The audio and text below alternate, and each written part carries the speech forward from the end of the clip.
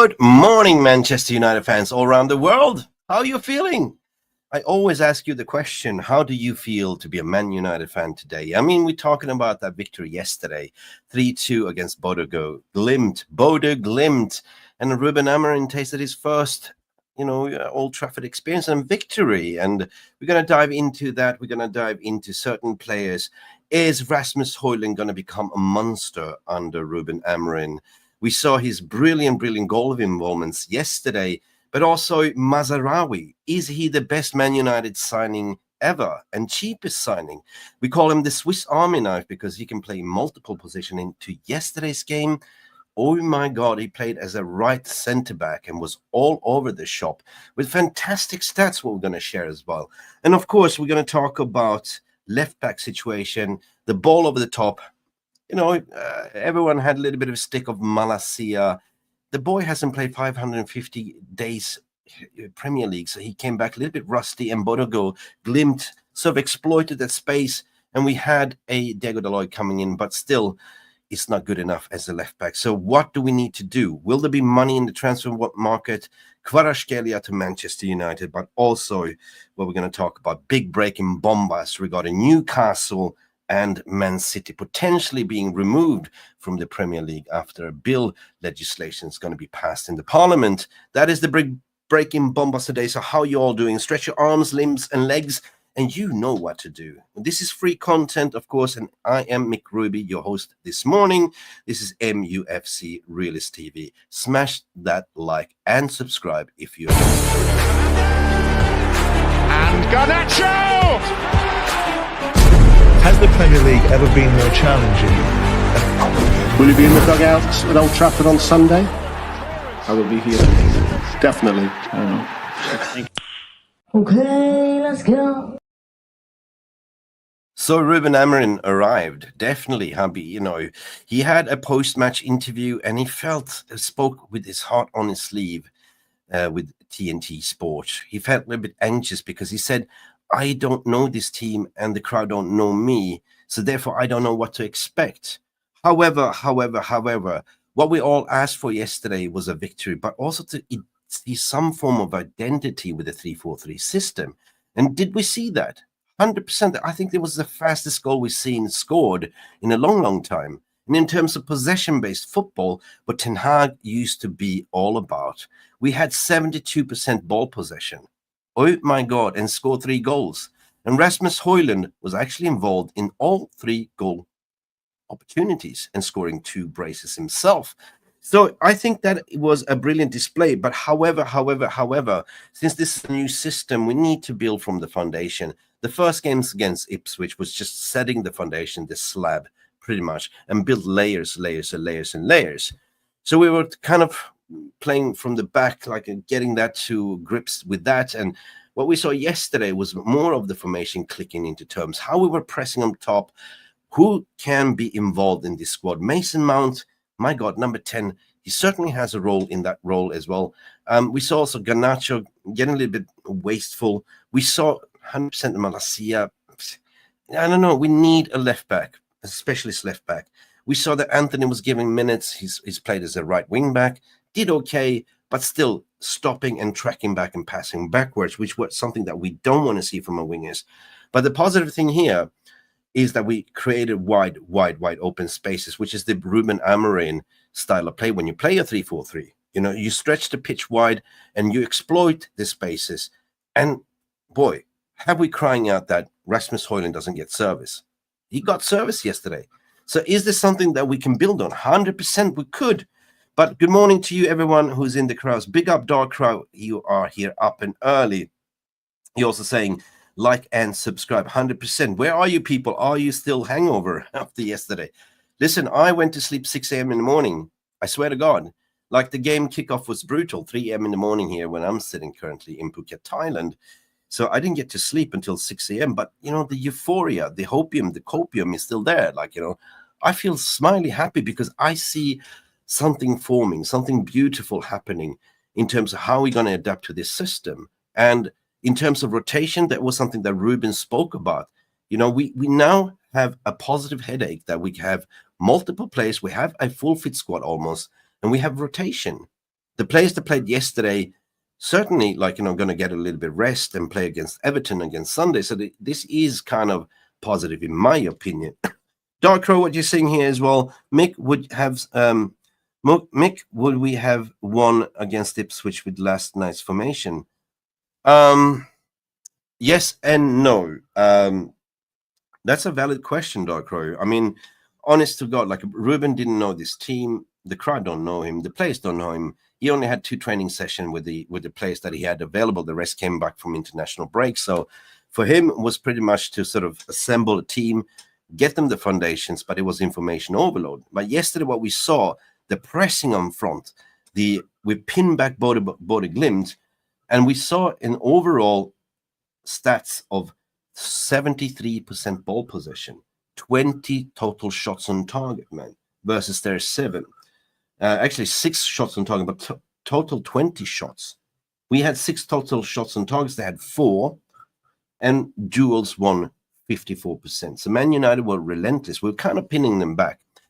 We clearly saw that Bodo Glimt came there with the whole community, the whole family. They was bouncing around, having a good time, but they were not mugs. They were very tricky opposition, and they sort of kind of hit us on the break, but the gas ran out from them.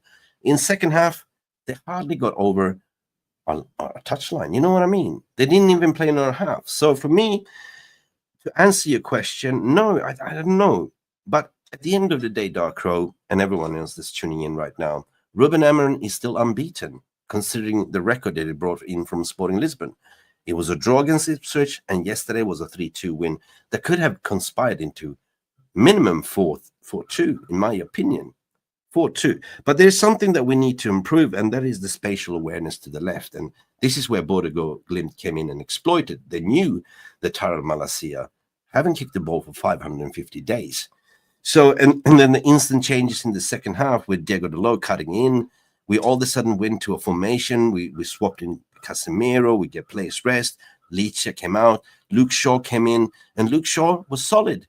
Luke Shaw's new role seems to be the rotational player for Malacia. And we had balance, in my opinion. But one person that looked lost still was Marcus Rashford. Wasteful. Where can we put Rashford? He ain't a number 10. He ain't a number 9. He doesn't fit as a left wing back or right wing back. So this is going to be very interesting to see. And Rasmus Hojlund is getting developed. Can Rasmus Hojlund be the star striker for United? He's still 21 years of age, been receiving a lot of critiques. And can he be the Victor Gyökeres that, you know, Amorim used to have at Sporting? 100%. You know, considering that Victor Gyökeres is 26, 27, he's like 6 years older and had plenty development, and Rasmus is still learning. Now, I was so happy to see the first touch that he did, like, you know, the second goal that was played in by Mazaraoui, which we're going to talk about as well. Played in by Mazaraoui, first touch and a volley, bang. The first goal involvement, the pressing, you know, made the keeper nervous, and Garnacho tapped it in. The third goal as well was kind of not offside, but it was a ball driven on the byline by no other than Ugarte, which, in my opinion, these 3 players stood out. Ugarte, Mazaraoui, and Rasmus Hojlund. If we look at Mazaraoui himself, what a signing, guys. What a signing. 100%. I mean, look, we bought him for about 16, 17 million. You know, we bought him for 16, 17 million. Can you believe it? Can you believe it? I certainly can't, because we did a package deal for him and De Ligt. For an overall, I think it was an estimation of 52 million euros that we paid in installments. So for me, he is the Swiss Army knife that can play multiple positions. We've seen him playing even as a number 10. He can play, like, you know, right back. He can play any position, midfield. But yesterday he was sublime. He was all over the shop, guys. Let me just go and find his stats, people, because this was significant. I think he had about 189 touches in total, right? That was sublime, in my opinion. So he was a monster everywhere. So I kind of like what I see yesterday. 100% I did. But listen, let's go into Ruben Amorim, because he spoke yesterday after the game. Of course, he was nervous. Of course, he didn't know his players. Ruben Amorim, welcome to the stage, and congratulations for your first win. at Manchester United. Let's add him to the stage and let's hear what Ruben had to say. Ruben. Let's go, peeps. Ruben, your first game at Old Trafford, it was kind of written in the stars, wasn't it, that it was going to be a win? Yeah, I was hoping, and everybody here, you feel the enthusiasm in the people. I don't want to disappoint the fans, and all of us want to believe in this new idea, so we need to win games, and we did that. I think we improved from the last game. I know it's a different. Yeah, no, 100%. We definitely did improve from last game. 100%, as well. We're saying there's layers, like, you know, different layers. The first one was learn to how to play out of the back under the 3-4-3 system, and this level 2 was pretty much how do we press as a team, how do we attack as a team, how do we actually maintain pressure up front. Man, God, there was something that, you know, we've been talking about, and something that Ruben also mentioned, that you will see an identity, a style of play. And this is what we wanted to see. But in terms of a victory is so important for the team's confidence and for Ruben to move forward as well. You know, he speaks with such an open, articulate way, the poet. I kind of like what I'm hearing, guys. Let me know what you think as well. Let's continue to listen to Ruben. Different game, a different competition, but we improve certain things. We show more moments with the ball, control more of the tempo. I think we suffered 2 goals in transitions, but we were. Yes, we suffered 2 goals in transition with sloppy mistakes, 100%.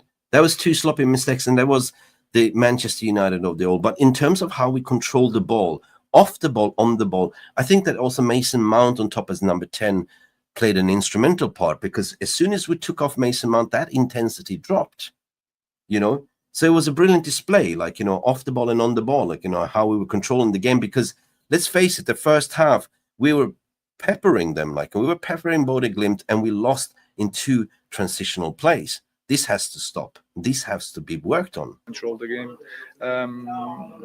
but it was really important for me to see that we suffered 2 goals in the difficult moment, and they continue to play in the same way. That is important, is a message for me. And then we turn around the result, and think we deserve it. We should kill the game before the end of the game, and then the last 10 minutes was altogether suffering. Altogether, we were suffering. Of course, everyone, even the fans, was suffering. But I was sitting and remember watching the game, and I didn't feel, you know, anxiety. I kind of knew that in the second half that we will turn it around. Like, you know, you can feel it in the air. You can see how we were sort of lining up and playing. They were pretty much pinned back, playing on transition, counter-attacking football. The fans were singing on joy. But at the end of the day, like, you know, this victory was so important moving ahead, you know, for the team confidence. But also, he did 5 wholesale substitutions. I just wonder what he thought in the second half to say, look, they ain't working. Like, you know, we got to get rid of Mazaraoui because he was a liability. And I think that Bodo Glimt identified the left-hand side as the weakest link. Because when you play 3 in the back, it's so important that you have mobile players that can run. But Mazaraoui got outrun for pace, and that's where we conceded that 1-1 goal. But kudos for everyone for fighting spirit coming back, in my opinion. I can see you guys. Vamos, Stewie in the house. Vamos, Mick and Chad. Smash them likes, please. Yes. We have Stephanie Griffith in the house saying, just want Rasmus need proper finishing. Imagine how many goals he will score if he gets better service. 100% Stephanie Griffith. How are you doing this morning? Let's continue with Ruben. All the stadium, and we won. I wonder what's more important, the win or everybody being able to see the improvement? Because it was. This is a good question. What is more important here, the win or that everyone can see the improvement? My answer is both. I wanted to see a win, but I also wanted to see improvement and identity. You know, in terms of me saying that to get giddy that we're going to go far in the league and win Europa League, I don't really expect that. You know, considering that Ruben just came in, I see that he's a pre-season. This ain't his players. They're implementing a new style of play, a new identity, 13 games into the Premier League. And it will be a massive addition and an adaptation period. So, of course, we're going to suffer. Quite clear that there was an improvement. What do you think is more important? The win is always more important because it's not everything. But in this moment, win is more important. Good answer. A win is more important. Of course, that's 3 points on the board. And going against Everton, a win is important because form is never linear. Identity will come and people will grasp it as we go. That's my interpretation. Big up Jonathan Odom as well. I miss you all, guys. You are doing a great job. Thank you, Jonathan. Good morning to you. I see Vincent Bollock here as well. Also, I think last night was experienced by substitution to see which players can work in the team. Yeah, 100%, Vincent, 100%. This is him audition, trying different thing, experimenting. When you are in the club like our club, you have to win first, and then we will reach a point that win is not enough. You have to play well because you are in Manchester United. So we have to manage all these things without training. But without training, because hey, let's face it, we don't have many. We have 2 games a week: Thursday, Sunday. So how are you going to sort of train? And this is where he came up with this brilliant idea. You split them up in 2 camps. The players that didn't play that much will train tomorrow. The players that played 90 minutes will have 2 days rest off and just do rest recovery, ball work, etc., or aqua gym. So this is his formula. I like it. I felt the same. We have a lot to improve, but we improve already since the Ipswich game. I certainly believe we improved massively. There was levels of improvement against Ipswich. Players looked very lost in that Ipswich game, but yesterday they looked cohesion. They knew exactly what we did. We were winning the ball high up on the pitch, and that was thanks to Ugarte, and there was also Bruno dropping deep as well, not being wasteful, not doing those Hollywood passes, but also adding on to that was Mason Mount. Loads of individual performances tonight that I thought were excellent, but none more so than Mazraoui, who Mazaraoui. Now we're talking Mazaraoui. didn't put a foot wrong all night. It's an incredible player. It's incredible. It's our future because he played in different position. It looks like always fresh, but we have to be careful. There's a lot of games. We have to be careful because Mazaraoui, the Maserati, I call him, the Swiss Army knife, can play multiple positions. We know the Ruben Amorim likes players that are versatile. Like you saw that Casemiro came in and played centre back as well. But he's such an important player. And in fact, this wasn't his signing, but it was the cheapest and the best signing Man United has done since Bruno Fernandes in that January window. They hit the ground running. Mazaraoui came in and he looked like the first game he played for us. He looked like he's been part of the squad for 2 seasons already. So adaptable, such a great high IQ. And as playing as a right centre back, the way he serviced Hojlund, the assist, that the chip into Hojlund that took down on the volley and smashed it in. Wow, the way he dropped the shoulder. He took on 2 plays, 1, 2, 3. What a player. So Mazaraoui, welcome to Man United, and I hope you become one of the United greats, but we need to manage him carefully because he has an injury record that needs to be managed as well. So he has to have a little bit of rest. And he's here to stay. This kind of players is what we need. We need those kind of players, the multifaceted players, the warriors with the winning mentality, 100%. We don't need those pompadons anymore. We need players to fight for each other as a team, not as individual brilliance. Just finally, there has been so much attention on your system, on the formation. Why? Why is everybody so focused on that when actually during the game there's 3, 4, 5 different ways that you play? Yeah, absolutely correct. There was even moments when he switched to a traditional 4-2-3-1, or sometimes there was 2-5-2. I mean, Ruben Amorim is such a tactical, genius. So he keeps switching up, but the base is always 3-4-3. Let's hear what he has to say. Sometimes you're too occupied watching the game, so you don't see this happening. Yeah, and today we defended as a 4-4-2. Was 4-4-2. Really clear. 4-4-2 defended. Yeah. So in defense, rest defense is 4-4-2 defense. So I don't know why. You have a lot of teams playing with 3 central backs, and they build up with 3. I don't know. It's maybe because I played all my career as a coach in the same system, so I don't care also. And I'm happy that they call it these 3 central backs. I'm happy about that. So basically, it's a dynamic system that he plays. So he said, I'm playing in the system and I'm adapting, but You know, even if it's a 3-4-3, that means that it is constantly dynamical change, right? It is like this water bottle, like you see, like players are following and adapting, right? So you can play as a 4-4-2 as defense. That means that you are, when they're attacking, you're defending.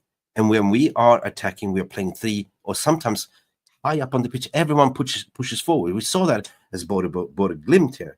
You know, we were all over them. You know, we had 5 players pressing on front. We had 5 attackers, and the centre backs was high up on the pitch. And the one that stood back was Matthijs de Ligt. But where was his positioning? On Bodo Glimt's half. So yeah, this is brilliant. This is brilliant. But we got to be careful on the ball on the top, and therefore we need to have a Lenny Euro coming back into the frame, and we need a specialist left wing back. I'm so not used to saying left wing back. I'm always saying left back. But anyway, let's continue. Ruben, thank you. Thank you very much. Thank you, Ruben, so much, guys. I want to hear from you guys as well, what you are saying. Let's go into the comment. Good morning to you. I see Casemia is in the house. Michael Zachariah is in the house. Stu, Whizzer, everyone is in the house. Good morning. How are you feeling? I'm having my morning brew coffee, double shot espresso. You know, run up the likes, Reds. Big up, Stu. Let's see. Wizard is saying, like, and I like Ruben. He understands missing a training session is the same as missing a drug test. That's a big statement from you, Wizard. Termination of contract, no excuses. How are you supposed to train for endurance? 100%. 100%. Vincent Bullock was saying that last night reminded me of the good old days when we was known as comeback kings. Yeah, we did a fantastic comeback, Kings. Like, Vincent, were you there at the game, by the way? Let us know in the chat as well. So big up for everyone tuning in, and don't forget to smash the like. And big up for Jonathan. Well, I haven't seen you for a while either. I missed you too. Yes, definitely what Vincent is saying here in the beginning, Vincent, you mentioned that this was kind of a little bit of an experiment, and he acknowledged that as well, in my opinion. So we saw 5 holes change substitutions, pretty much like, you know, rest players for Everton game, but also who can play in the system. It's a little bit what he said, we have to suffer. And he was also suffering. I remember he did directly the post-match interview with Karen Reid and all them, like, you know, and Owen Hargreaves yesterday. And he was like openly speaking that I was nervous. I was anxious because the crowd don't know me. The crowd was chanting my name, but they don't know me. And I don't really know my players as of yet. So I was nervous with the substitutions. Will it work out? But one thing that I was proud of what he was saying at the end of the day that we saw at the game. We could have killed this game off 100%. You know, we could have. I think we have 20 goal involvements in the XG and converted 3. So Rasmus Hojlund scored 3. And Rasmus Hojlund, in my opinion, he was involved, according to the stats, in all 3 goal involvements. Big up. So the question is, do we need to go and get a striker? Do we? Or is there money in the transfer window here? Is it?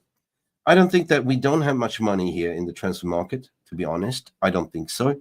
So this is Ruben Amorim assessing the current squad to work with what I got and get by to January.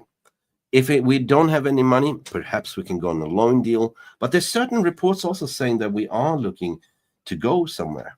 And let me just minimizing the screen and bring in the state. I did a report regarding this, that Man United are looking on a very important left wing back or left winger. Garnacho, for me, is still young, still needs to develop, and received a lot of criticism because he was wasteful, right?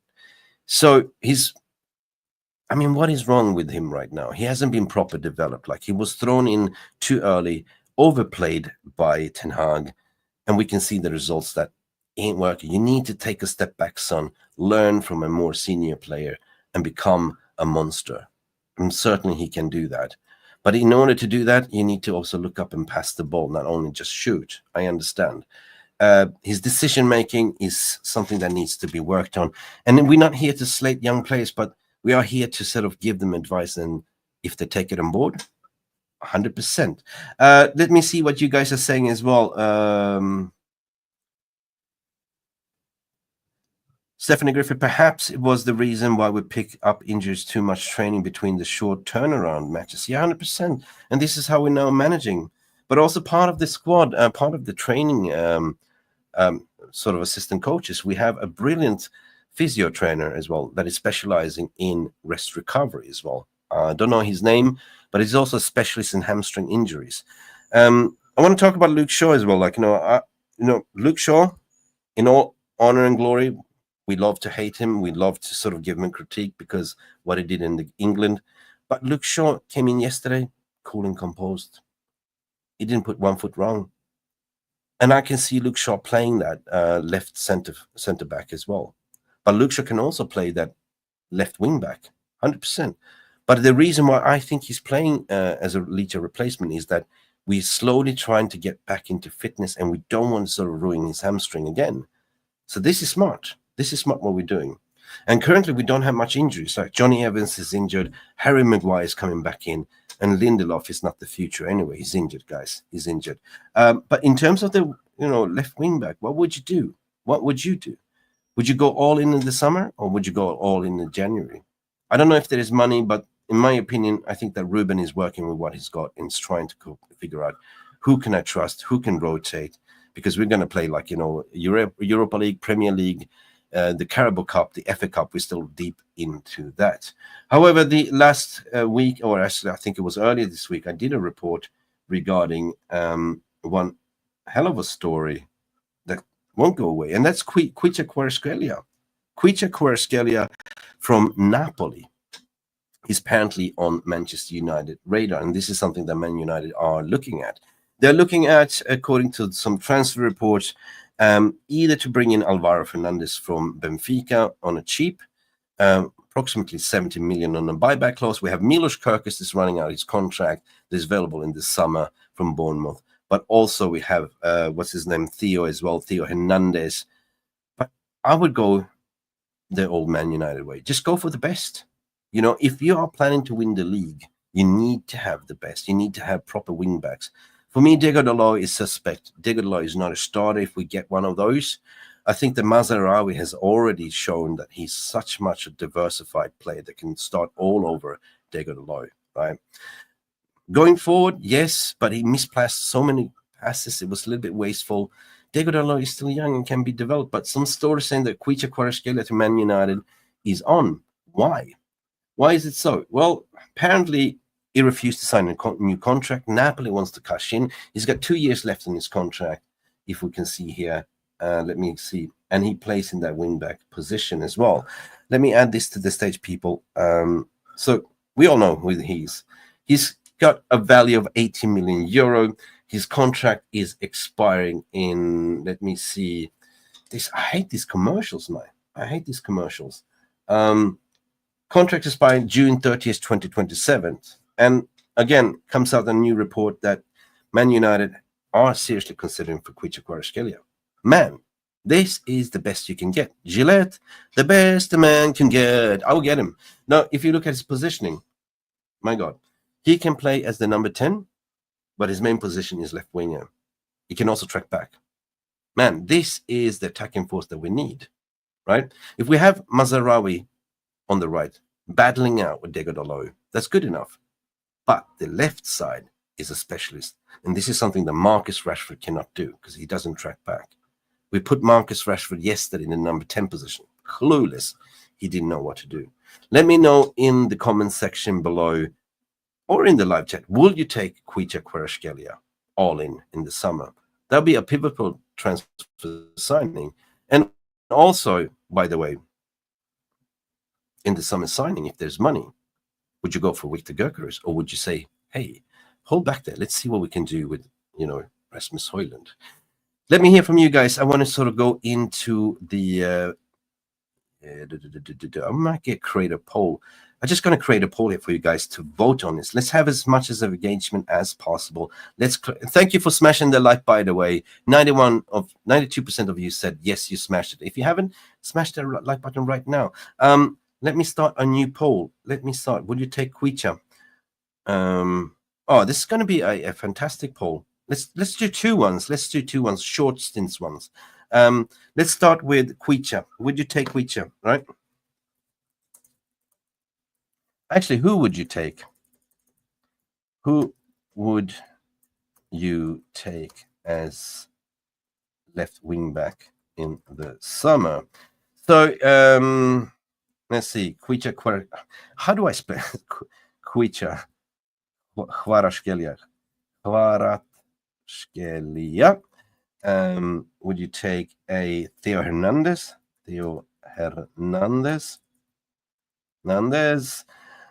Another option, Milos Kerkez, or Alvaro Fernandez, our own starlet that the Ericsson House sold. They should never done that.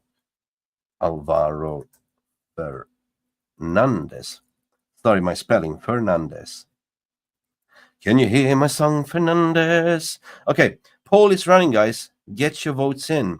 Who would you take as a left wing back in the summer? Would you take Kvaratskhelia, Theo Hernandez? What else do we have here? We mentioned Milos Kerkez or Alvaro Fernandez back for 17 million, guys. Let that sink in. Let that go. Let that go and talk about other things as well. You know, I don't know, like, you know, as I said, like, I would definitely go for the best in class, right? And I know that Alvaro Fernandez, we should never let him go in the summer window. We should never. Because Erik ten Hag was told by the medical staff, the inept medical staff, the wrong prediction. They told him, okay, Malacia will be available, Luke Shaw will be available. So we did let go of Oloni as well. But lo and behold, they were not available. So the medical staff did a wrong prediction. That meant not in January 2024, they meant January 2025. But still, we cannot rely on Malacia. And I think that Malacia does not really fit in this system. Shortly to say, he was recruited in by Ten Hag to play a left back, but he's not a left wing back, in my opinion. Of course, there were a little bit rustiness, but it was an addition as well. He was way too slow, like attack, because the wing backs need to also take on the full backs and attack and put in crosses, and he didn't do that properly, like, you know. Antonio dos Santos, on the other hand, did what he had to do. He's great on tracking back, but still, if you take on your full back, keeping the width, why are you stopping and doing backwards passes? Still not good enough. Still not good enough. So we need to sell players in order to buy as well. Let me see what the poll is saying, guys. Get your fingers sharp, fingernails sharp, like like Pep Guardiola. I scratched my nose. I wanted to hurt myself. Finger. Yeah. Finger that little like button while you're at it as well, guys. Let me see. Poll is still running. We have 7 votes so far. I will close this off right now. As it stands now, you go 29% say Kvaratskhelia, 29% says Theo Hernandez, 0% for Milos Kerkez, and the winner here, can you believe it? Alvaro Fernandez. Shit, you guys want Alvaro Fernandez back. I wouldn't blame you. It's a cheap option, guys. It's 100% a cheap option. On the other hand, in terms of the striker position, would you absolutely go in for a... Let me do a poll on that one as well. And we have some honorable guests coming in the house as well. I'll create another poll for you to engage. Start a poll. Would you go for Gyökeres? Would you go for Gyökeres in the summer, or keep developing Hojlund and use him? So, poll started, and the question is here. Things that you want to hear as Man United fan is, would you go all in for Victor Gyökeres in the summer, or would you continue developing Hojlund? Let's get it on, peeps. And while we're doing that, we have Coach Kojo in the house. Coach Kojo, are you there? All the way from UK. Kojo, how you doing, my friend? Long time no speak, buddy. Yeah, it's been a while, but I'm good, man. How are you? Yeah, I'm good. I'm buzzing, man. I'm buzzing. I want to hear from you. How do you feel to be a Man United fan? Are you believing that we are starting to see some form of identity under the 3-4-3 system? Oh, well, yeah. I think I've made it very loud to people that ask me that. I'm a big fan of Amorim from a long time. So, yeah, for me, I've been excited to see how he develops with the team. And you can really see that he's trying to get the team playing a certain style of football, the philosophy in terms of formation, where to pick up the ball, all sorts. You can see it's there. And the best thing about it for me is you can see that the players who will make it and not make it are very evident. It's starting to become evident already. Even in these press conferences, when you mentioned, for example, Rashford saying, we get him up top, he's got a goal, but after that, it didn't really work out. So we need to find a position for him. That's where the warning shots saying you need to figure out. Yeah, shots were fired. That was shots fired. Honestly. Yeah. So he said basically, it's up to Rashford. Marcus needs to be Marcus, and it's up to him to want it, to own it. Exactly. And I didn't see that either yesterday. He's right. I mean, that's the same for all players in all clubs. If you want to be a permanent member in the starting 11, if you want to be a good squad player, someone that they can rely upon, you need to find your position and find it fast. But everyone should just be a bit patient. The team will change as everyone gets fitter. You'll see players like Euro get into that starting 11. You'll see maybe fitting at some point. You know, it's a time progress thing, and I think he's a big fan of Hojlund as well, which is good for Hojlund.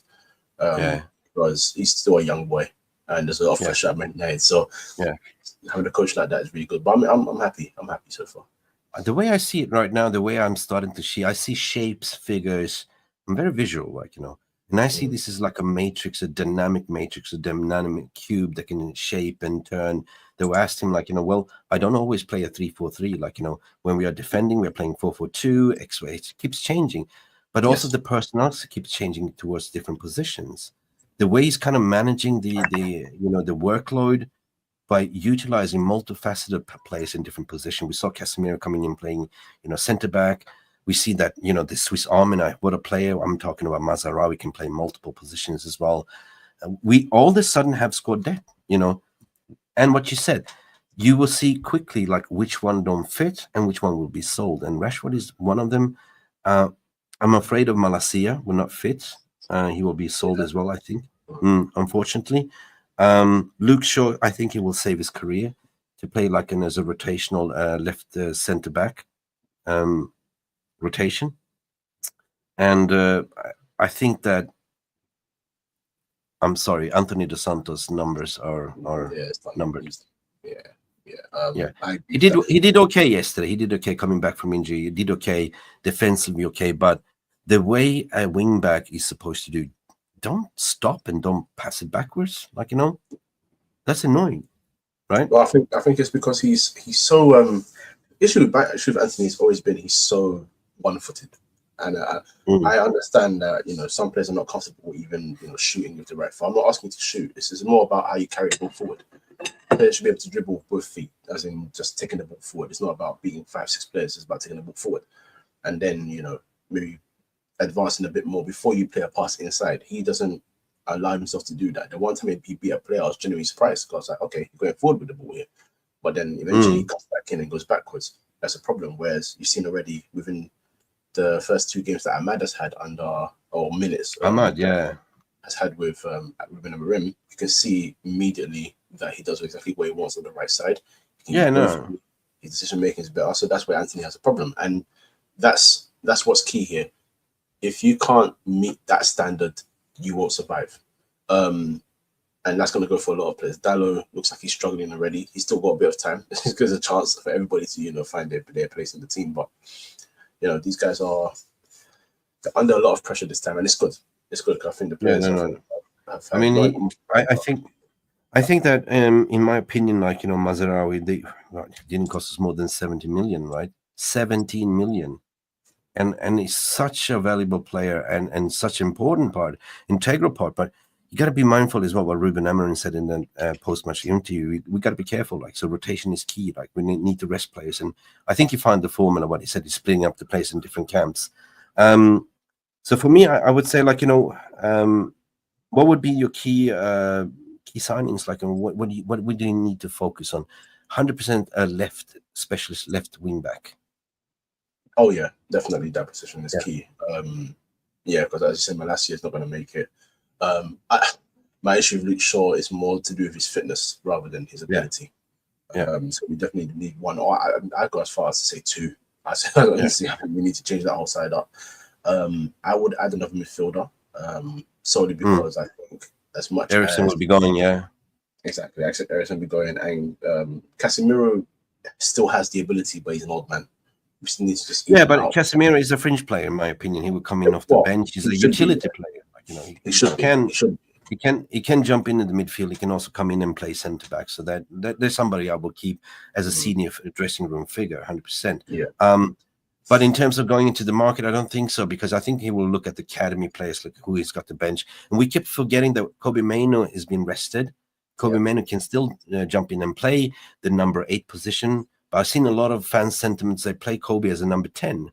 But I said that Mason Mount was a surprise yesterday. I was impressed by Mason Mount, the abundance of energy he provides off the ball and on the ball as well, right?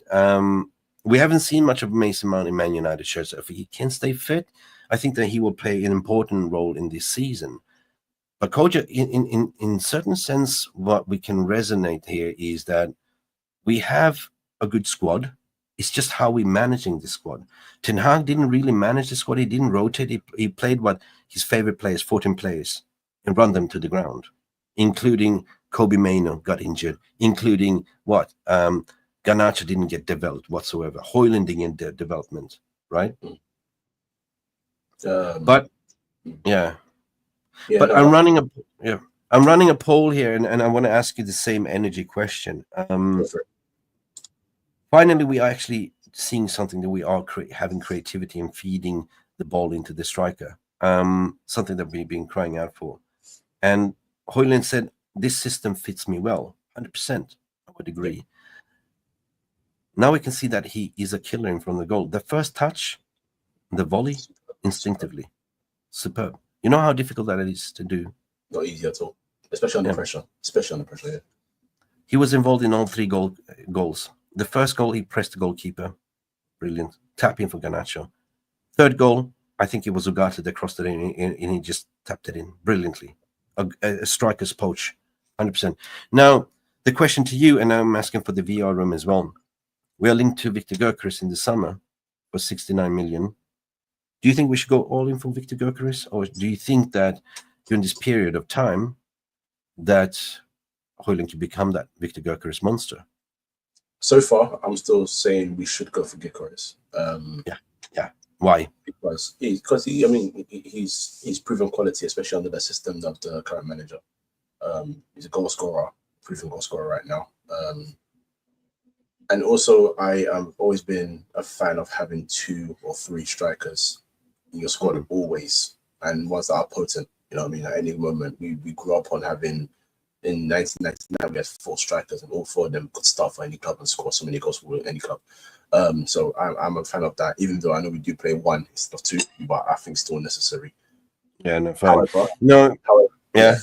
However, I was going to say, I would caveat that with this.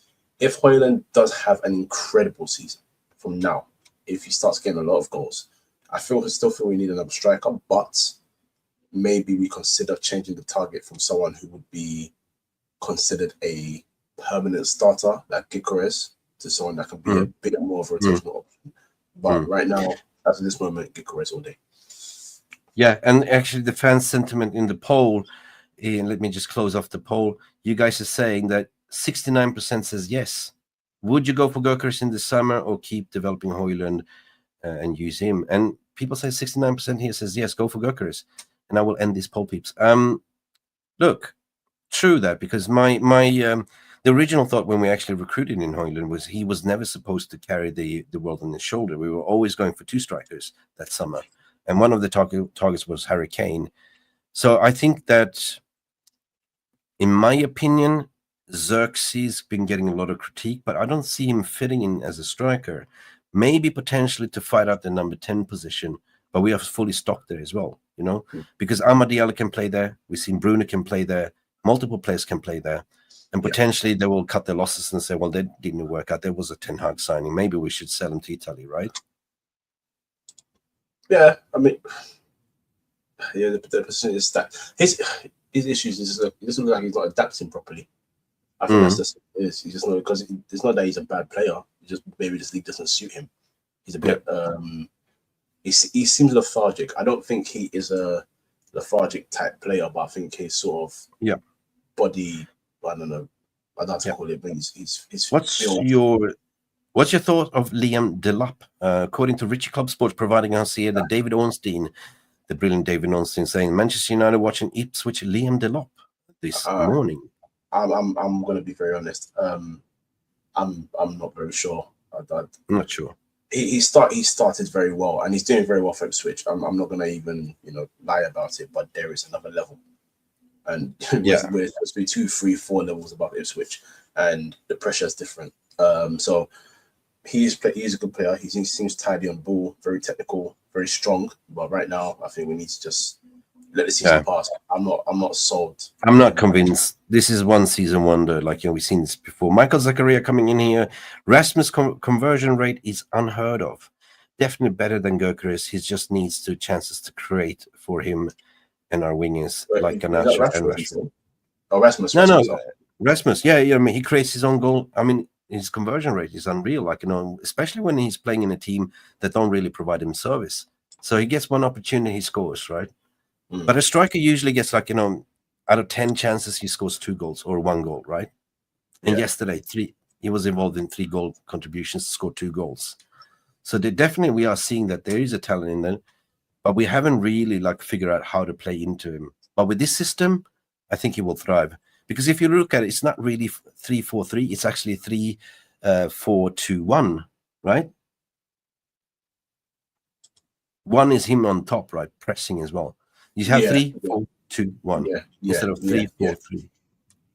No, and he's a top presser, and that's the way the key is, isn't it? That's where the key is, and this is why when we link to someone like Della, but I'm not sure, because I know Ipswich do try and play a press start. Yeah, sorry, Alphonso Davies is also linked, but I think he will go to Real Madrid.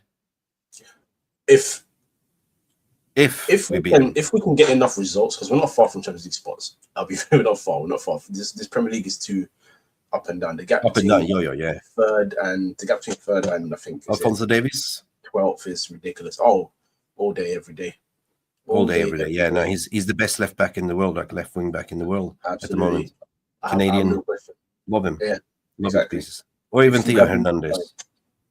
Theo Hernandez I would love as well, and I think from what I've heard, he's not even expensive, but Alphonso Davies is number 1 option for me, and he's still very young.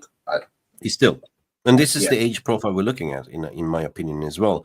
Now, we can beat Real Madrid to the race because Real Madrid is looking at multiple options, and they're also looking at Trent Alexander-Arnold amongst them. But Real Madrid is kind of, this is what Real Madrid does. They wait out for players to run out the contract, and you come for free, right?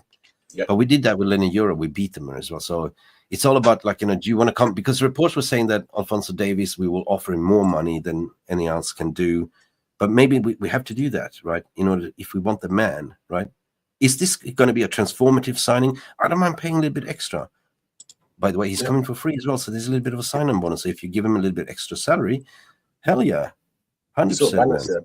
Yeah, you just have to make sure you don't go over the top. But this is where we are right now. The issue with United is because over the years we spent so recklessly and given so many high wages, players would naturally demand a bit more money. Obviously, we're trying to change that, so you can change that, but you also have to find a medium where you say, okay, look, we're going to offer you the same standard 200 that we used to offer all the players, but we can level out 170. Let's try and stay up a little bit. And I think we could. That way. Yeah. So. Big up Compass Smith. Good morning to you. Say Gyökeres will be cheaper than Delep. Prem tax, 100%. It will be. Would he? Watch. Yeah, Premier League players, the premium tax. Well, how much do you think Ipswich would demand for? Well, Gyökeres has a gentleman's agreement to leave this summer already it's not a release clause, but I think it's about 65, 69 million euros, right? Okay. And, Premier League players, they often go for 50, 60. We saw even Brentford, they wanted silly 675 million for that left back. You know what I mean? No, sir. Don't want him. We don't need him. I wouldn't go for that. That's an unproven player. And Delep is young. My argument is that we need a more seniority striker that Hojlund can still bounce off and learn off, right? We tried to play Marcus Rashford on a similar role because what Victor Gyökeres does in Sporting, he's running the channels, exploring the spaces like left, right, center. He receives the ball, runs the channels, and does brilliant hold-up play. But Marcus Rashford will just bounce off the defenders, Ruben Amorim said it himself, he was facing 2 giants, and he gets pushed off. For me, Rashford is no longer. Rashford is an asset that you need to sell ASAP in the summer. It didn't look bother. And this is not me saying I have an agenda. It's just basically you look at the overall system and team who fits and doesn't fit, right? And those players need to be sold, in my opinion. Hear me out. hear me out. Yep. Last time I was on here, I said that I think genuinely I see Rashford as a number 10.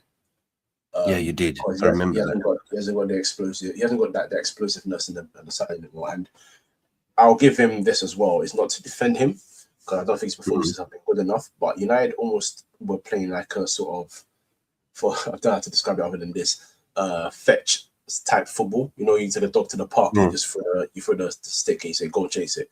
It was long balls, Rashford run all the time. There was no interlinking play. There was no 1-2s. Getting closer to the edge of the box and trying to make stuff happen. So I think it was forcing that. I've always, not always, but recently seen him as number 10 because I think his game is suited to being more in the middle where he has a bit more expression around the pitch rather than being on one side sort of locked there. And the way he strikes a ball and the way he likes to try and create these days with stopping the ball and making a pass, I think those passes will be suited to players that are cutting in from the side rather than just being on the side hoping that your striker's making runs, especially on the we won't have him. We didn't have 2-3 players running to the box. We had one run into the box, so it's difficult to make those chances. I think he suits that position better. Now, my issue with him is just more like I feel like his application is wrong. That's what my issue.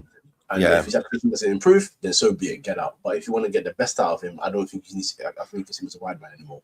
That's what Ruben said. That's what Ruben said. It's up to Marcus to take it. So for me, I figured it out. It looks like he lost the passion in playing football. Simple as that. He's more interested in what's going on in the side entertainment industry. His agency is like one of these rock star, rappers, promoters. I can't remember what they're called. J-Rock's City, like something like that. He's surrounded by family members as agents. And when you have family members, they would never give you constructive feedback. There's nothing wrong with you. They're walking on eggshells, keep going. You get paying 350K a week. You made it, son. You made it, son. And that is the problem, right? So if you lost the passion for football, take him outside. Break away from family and agents. Get new agents. Dwight Bernard is his agent, his brother. Absolutely shambles, right? So. And we saw the best of Marcus Rashford when Ten Hag gave him the opportunities, right, to say, go away your mental break. They sent him off to Holland for mental application break. He came back, and that's where he started to doing this. He was more focused on his football, rather what's going on around his life. But right now, I think that football is second priority for him. And you can see it. His body language is not really there, right? And that's why Ruben had to pop to say, it's down to Marcus to want it. We have coaching staff, we have team members, they will... But if you don't want it, hey, there's nothing we can do. I'd hope not. I'd hope that football is his priority. I don't usually say that his football is not his priority, just because I genuinely refuse to believe that anyone that is a footballer, that is in the profession, knowing that you're there Monday to Friday training, Saturday, Sunday games, even sometimes on a weekday you're playing games. I'd hope that you're all dedicated to your craft. And yes, if you have things that you're doing on the outside, as long as you're focused on what's going on the pitch, we had one of the most famous footballers in David Beckham at the club, but you couldn't question David Beckham's commitment. Saving Capello at Real Madrid, Capello came in, questioned his commitment, he went back and got into the team.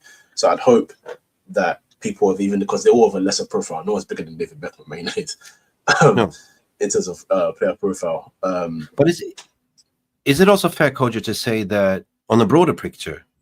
What's the reason for get rid of Rashford? If you don't fit the system, if you don't want to, what you're taking into the dressing room is a toxic, influence on the young players. Because if you're coming in there, you're the star boy, you're the one that's getting higher wages of everyone 350K, and you behave like this, right? This sends the wrong message, because you need all of a sudden a unity in the dressing room. He should be a role model. He's 27, 28, right? Right now, he's one of the senior players. He should lead with an example, but so far he's not doing that. He's not leading by example on the pitch. Off the pitch, I don't know what's going on with the players. But it looks more, it's Rashford against the world. He's against the fans, he's against the media, he's got his PR, deflecting. Whatever he does off the pitch is not a problem. Yeah, you can go over. There's only so much heat you can take. Look, I'll say it like this. Let me just finish my sentence. He could have stayed back. He could have stayed back, waiting for the new gaffer to come to make an impression. Yeah, he's got on holiday. Instead, he went down there looking like a rapper going for a basketball game and like, yo, yo, yo, right? You know what I mean? And that kind of pissed people off, but it's his right to do that. But then it's what Ruben Amorim said, like, it was up to you to grab it right now. So the only one that can fix it is Marcus himself. It's like the famous golfer Arnold Palmer used to say, you get yourself in trouble, the only one that can get yourself out of trouble. Let's say if you end up in the pot bunker, think how you're going to get the ball out of this pot bunker and make a hole in one. No, I don't necessarily disagree with any of that. My thing is, I mean, even the holiday thing. To be honest, if you want to go on holiday, go on holiday. That's not really a problem. But the point is, what I'm trying to say here is to complete the cycle. As we have new footballing operation, we have unity all of a sudden.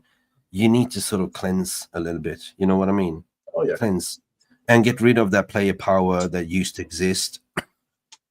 That's the only way the club can move forward. Player power needs to go. No more favoritism. If it's part of your contract that you need to start, you seriously need to revise the contract and potentially rip it off and send it away. Oh yeah.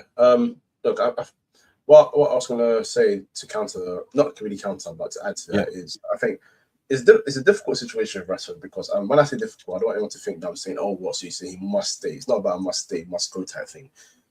We've had a fan base that has been so split for so long that even in his best season under Ten Hag, when he hit 30+ goals, there was still criticism about his overall game. So him scoring the goals, him being a match winner for us, was not enough.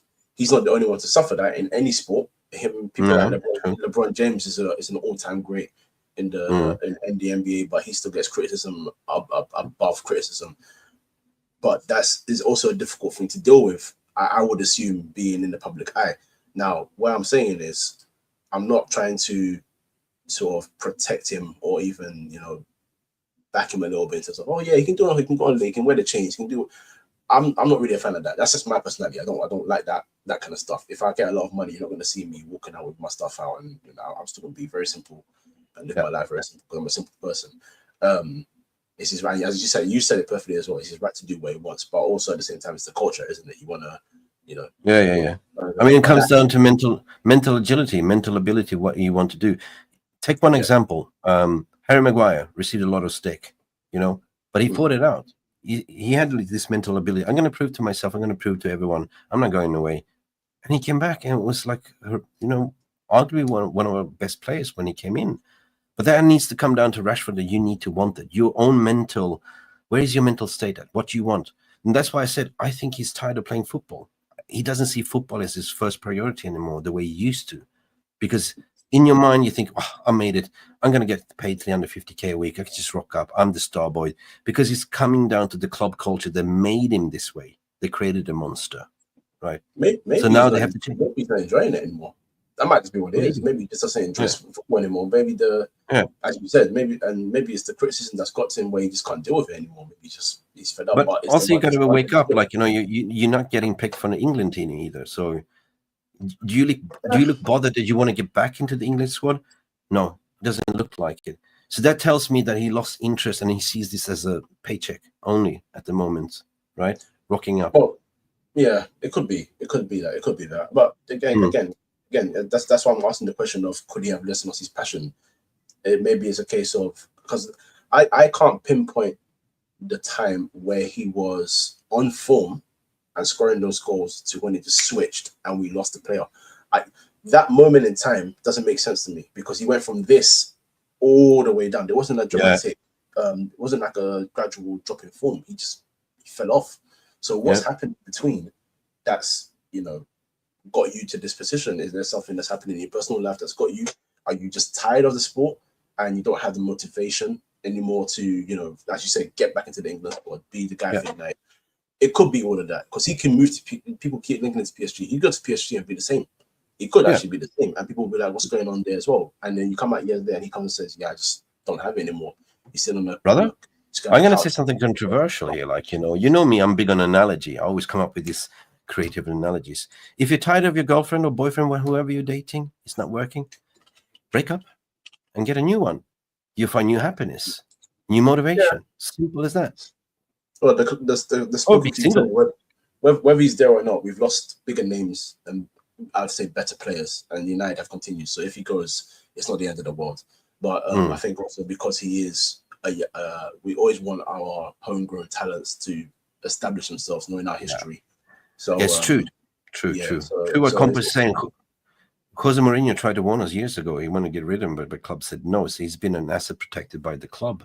So that's why I said the club created the monster. Like, it's not the equally fault, but not the new regime needs to sort of rip that up and say nobody is bigger than the club anymore, right? Absolutely. Yeah, guys, so beautiful of you for tuning in. Koji is here as well. Guys, don't forget to like that button.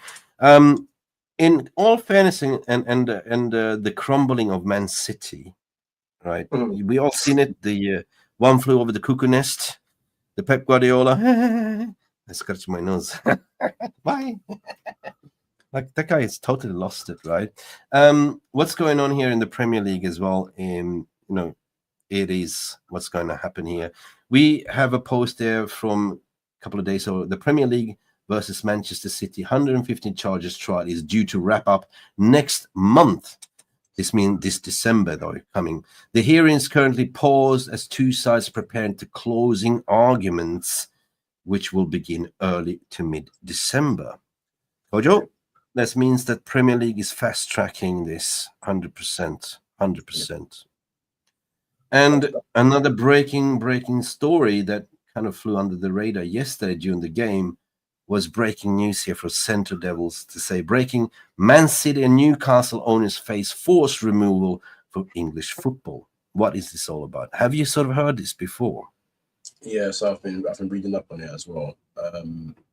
So there's a Labour minister who's made a very fair point, saying clubs shouldn't ever be state owned, and they're gonna have to go through new tests. Yeah, if this bill is passed, you have to go through another sort of test just to ensure that you're not state owned, because clubs at City and Newcastle will say that they're owned by a company or an individual, but those individuals and those companies run states. Okay. So just point blank simple. So they're going to go through thorough checks if that's allowed. Now, my doubt is I don't think this will go through, because we all know already that these guys have a lot of influence within government. So, peddling. Yeah, so they want to get rid of peddling. Yeah. Okay, let's go over this article in detail. Centre Devils published last night. It was a bomb by Manchester City and Newcastle United on his face force removal from English football. They could be changed if they don't change ownership due to a regulatory charge. So yeah, it's 100% what you're saying here. It's one of the Parliament. Labour peer Lord Bassam of Brighton has proposed amendments to the football government's bill, which would have a massive implication for the two Premier League sides. The proposal is to ban state-controlled clubs from English football, introducing a new independent regulations for the sport. City and Newcastle would have to change their ownership if the bill is accepted and passed in Parliament to continue competing in England. The amendment set to affect Manchester City and Newcastle is the big headline. The Labour peer has submitted the paper to the House of Lords, which would prevent sovereign wealth funds and government ministers from any country owning an English football team. Interesting. The amendment to legislate reads: no state-controlled club may granted an opening license, and any affected club must satisfy the IFR, independent football regulatory, that they have divested themselves of their state control before applying for opening license. So basically saying no state, right? What you're saying here. A state-controlled club is one which wholly majority owned by individuals and titles, or entities controlled by individuals who are deemed by IFR or the Secretary of State by influence any state actor. So Man City and owned by Sheikh Mansour, we know that, and Newcastle is owned by Saudi Arabia's Public Investment Fund, PIF. However, in practice, the paper would be backed by MPs in the House of Commons, which only can happen if the government agree to it. Sources close to Parliament suggest the bill is unlikely to be passed. However, suggestions of the ban has been put forward to other Premier League teams in the past as well. So this could be a massive push, Kojo. I just wondering, why are they doing that? Like, you know, is there something had to do with the City 115, or is it just, listen, we are tired of this. You are changing the football, and government stepping in to say to protect the English Premier League legacy, right? Or, I mean, fair enough, we have foreign investors, like, but state-owned, they say no state-owned, because you look at Abu Dhabi, UAE, you look at Saudi, they're investing a lot of, you know, in infrastructure in UK, building stuff like that. Maybe they're trying to be influenced. I genuinely think it's to do with the fact that we've had quite a lot of weird ownership deals in the past that have now come into that have, you know, in this time would be made illegal. Like, for example, when we were taking over with leverage debt, now, if that was happening now, that would have been able to go through. It shouldn't have gone through in 2005, but it wouldn't go through now. And the way City and Newcastle have been taken over and have been able to almost, you know, manipulate their finances. But wasn't it something with Newcastle dodgy takeover that was recently dug up as well, which was dodgy? You know, the way it was taken over, leaked emails and stuff like that. And that is what it's all about, City and Newcastle. Exactly, because they find weird loopholes to take deals on, and they manipulate their books. So, you know, they're not naturally, you know, this is the part of the reason why Newcastle Man City have the 115 charges, because they've been cooking their books. They've been doing weird things behind the scenes, signing weird deals with companies that are owned by their own owners, and, you know. We've seen Aston Villa is backing City. We've seen the Newcastle is backing City because they, like, you know, Aston Villa is owned by an Egyptian billionaire that's got really doing business with PIF in Saudi, XYZ. So it's like, you know, they're backing each other. You got Rose. Let's say make the change stick, and the worst imaginable happens to City. What is stopping their owners from not trading with the UK as a country? Because that is where we will head. This is pretty much what I'm saying. Look, you can't get away with cheating. I mean, City tried with the sports over arbitration in Lucerne, Switzerland. There was something called time bar stamping, which means that you can appeal until that piece of evidence is no longer valid. It's like 8 years, right? But here in the Premier League, which is an independent investigation body, you cannot appeal. So if you look at Everton, who else got done by points deduction? It was Everton, and I think it was Forest as well, wasn't it? Yes. Yeah. So they collaborated and still got points deduction. City so far have been not collaborating. And if you have 115 charges, if we go back to what the original statement was, the tweet, to say that they will resume Premier League versus Man City, they will resume 150 charges next month, meaning they're taking currently recess, and they're preparing for the two sides to prepare closing arguments, which means defense and the prosecution, which will begin early to mid-December. So when you have a closing arguments, that means we are getting close to a verdict. In certain sense. And this has been kind of hush-hush, like, not really leaked out to the public. There's been a lot of journalists. I saw Mike Keegan also saying may not take place until the end of next season. May. When they say may, that means that they're speculating. Nobody really knows. But what we do know is that UEFA handed over all the evidence to them. So there is a smoking gun. There is, absolutely. And I'm looking forward to seeing the result, hopefully the right result, so the fairest result. If they are guilty, you've got to charge them the appropriate way they should be charged. And they will be stripped off all the titles as well. Now, guys, if there is, so that means Mourinho and Ole might get the title in for us. see how they deal with that one. Sorry, I've been called for a meeting again, so I'm gonna have to run. Wicked. Thank you, Kojo. Thank you. You're welcome, sir. Thank you, Kojo. Thank you. Smash the like for Kojo. And just somebody that's taking a bench out of it. 20.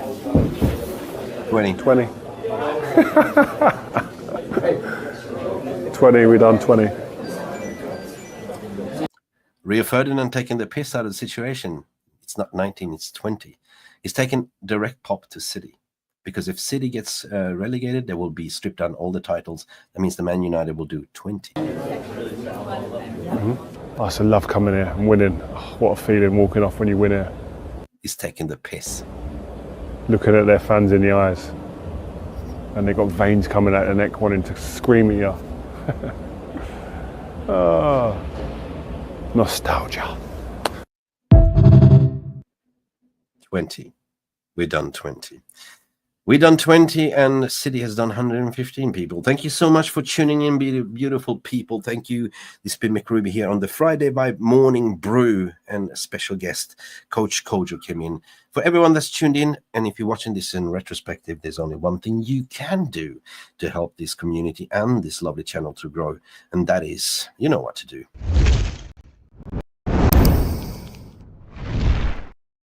And that's about it for today, guys. Hope you have a lovely, lovely, lovely remaining of the Friday. We should see you on Sunday as we take on Everton. Will there be a win? Will there be a different level? Level 3 now with Ruben Amorim's system. And of course, I think Ruben is having his press conferences day. If we are going to cover that, we will let you know. But do not forget to hit that notification button and make it personal so you never miss us go live. Thank you so much. Have a lovely rest of your Friday and ask yourself, are you happy? I am. Thank you so much for stopping by and watching Mufc Realist TV. Don't forget to like and subscribe and follow us on the socials.